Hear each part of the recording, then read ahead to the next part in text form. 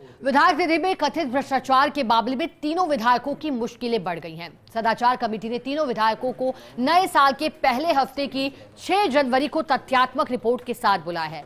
सवाल के बदले घूस मामले में बीएपी विधायक जयकृष्ण पटेल को भी कमेटी ने 7 जनवरी को बुलाया है। कमेटी इस दिन स्टिंग करने वाले पत्रकार के दिए हुए सबूत से इन तीनों आरोपियों के रिकॉर्ड का मिलान करेगी। इसमें अगर कुछ अंतर आता है तो उसके लिए एफएसएल टीम को भेजा जाएगा। इस मौके पर सदाचार कमेटी के सभापति कैलाश वर्मा से खास बातचीत की है पॉलिटिकल एडिटर योगेश शर्मा ने। 4 विधायकों के मुद्दे को लेकर विधानसभा की सदाचार कमेटी एक्शन में है। 3 विधायक वो है जो एक स्टिक ऑपरेशन के तहत जिनके ऊपर विधायक निधि से कथित कमीशन खोरी के आरोप लगे। एक विधायक वो है जिन पर सवाल के बदले घूस लेने के आरोप लगे हैं। हमारे साथ हैं विधानसभा की सदाचार कमेटी के सभापति कैलाश वर्मा। हम इनसे जानेंगे क्योंकि 3 विधायकों रेवत राम नांगा, अनीता जाटा और ऋतु मनावत को फिर से 6 जनवरी को नए साल में विधानसभा की कमेटी के समक्ष बुलाया गया है।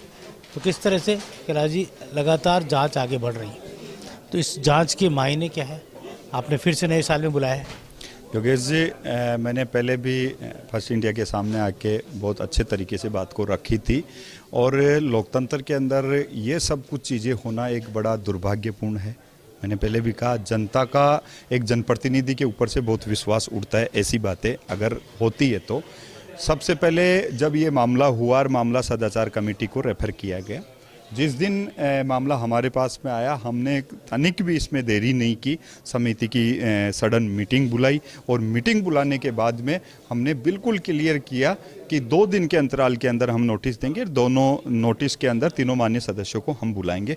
तीनों माननीय सदस्य निर्धारित समय के अनुसार जो वार था, जो समय था, उसके ऊपर आए और उन्होंने कुछ लिखित जो चीज़ें थी जो लेके आए, जो लिखित डॉक्यूमेंट्स थे, जो थर्ड रिपोर्ट उन्होंने तैयार की थी, वो कमेटी के सामने पेश की।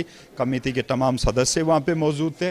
तो 1 to 1 समिति ने तीनों सदस्यों से की और ठीक उसके बाद में जिस पत्रकार महोदय ने इनका पूरा स्टिंग ऑपरेशन किया था, उस स्टिंग ऑपरेशन के अंदर जो पत्रकार महोदय थे, कल समिति ने उनको भी बुलाया और जो तय समय था 11 बजे का, उस तय समय के ऊपर पत्रकार महोदय समिति के समक्ष पेश हुए और शपथ के बाद में उन्होंने अपनी बात को रखी और बात को रखते हुए उन्होंने बारी बारी से जब जब इन लोगों से मुलाकात हुई, जब जब बात हुई, मेरे पास में क्या सबूत है, मेरे पास में क्या एविडेंस है, लिखित के अंदर क्या है, वीडियो क्या है, वॉइस क्या है, सारी चीज़ें समिति के सामने करीब 2-2.5 घंटे हमारी जो मीटिंग चली। समिति के तमाम सदस्यों ने इस पूरे घटनाक्रम को, वीडियो को, जो हमारा प्रोजेक्टर लगा हुआ उसमें देखा भी।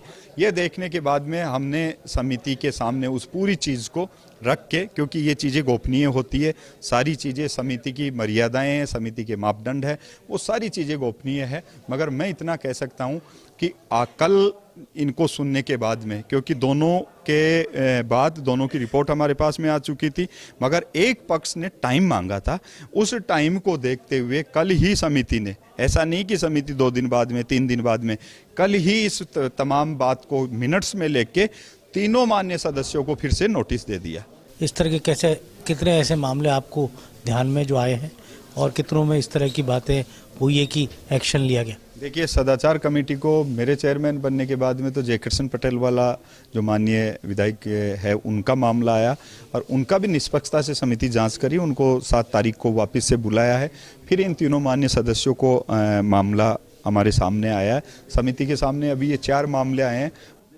तीनों माननीय सदस्यों के जवाब सुनने के बाद में, अगर वो बात मैं फिर से दोहरा रहा हूँ, अगर वो कहते हैं कि वीडियो वॉइस मेरी नहीं थी तो थोड़ा सी टाइम जाएगा, फेक है, तो उसकी हम एफएसएल कराएंगे।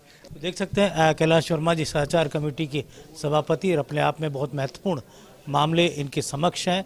नया साल राजस्थान के 4 विधायकों के लिए वो पहला हफ्ता ही नए साल का बहुत अहम रहने वाला।